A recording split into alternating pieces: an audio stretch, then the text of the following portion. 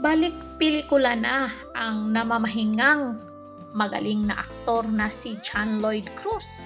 Maririnig ang mga pagmumura ni John Lloyd Cruz sa pelikulang Money Slapper na official entry sa Q Cinema International Film Festival 2024 mula November 8. Nakasaad sa synopsis na iniwan ni Daniel John Lloyd Cruz ang kanyang inang bayan matapos manalo ng pinakamalaking premyo sa kasaysayan ng lottery ng Pilipinas.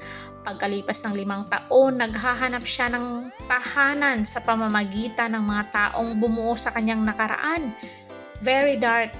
Well, sa thriller ang movie, obviously may investment si John Lloyd dito dahil sa collaboration ang kanyang Damsite Gallery.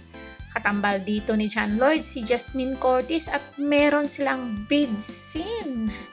Sigurado akong tatangkilikin na naman to ng mga fans ni Lloydie na nag-aabang sa kanya. Siyempre matagal din siyang namamahinga sa showbiz, yung hindi siya active sa showbiz. So magbasa tayo ng mga comment dito sa thriller ni John Lloyd Cruz. Lloyd, kayo King Q Cinema Premiere. The Friend. Marami talagang nag-aano dito. Maraming kaabang-abang dito sa pelikula ni John Lloyd. Siyempre ang nag-aabang sa kanya yung mga fans niya. Let's watch this Q Cinema. Mukhang astig si John Lloyd dito. So yun lang guys, sana nagustuhan nyo ang patikim na trailer or teaser sa moving Money Slapper ni John Lloyd Cruz.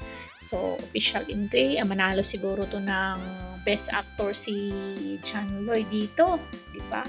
Sa galing ba naman niyang mag-arte? Hindi yan bago. So yun lang guys, sana nagustuhan nyo ang video to. Don't forget to like, share, and subscribe Corridor Official TV para updated kayo lagi. At kung bago pa lang kayo dito sa ating channel, please hit the notification bell para ma-notify kayo sa aking mga latest upload at chika dito sa showbiz. Thank you so much!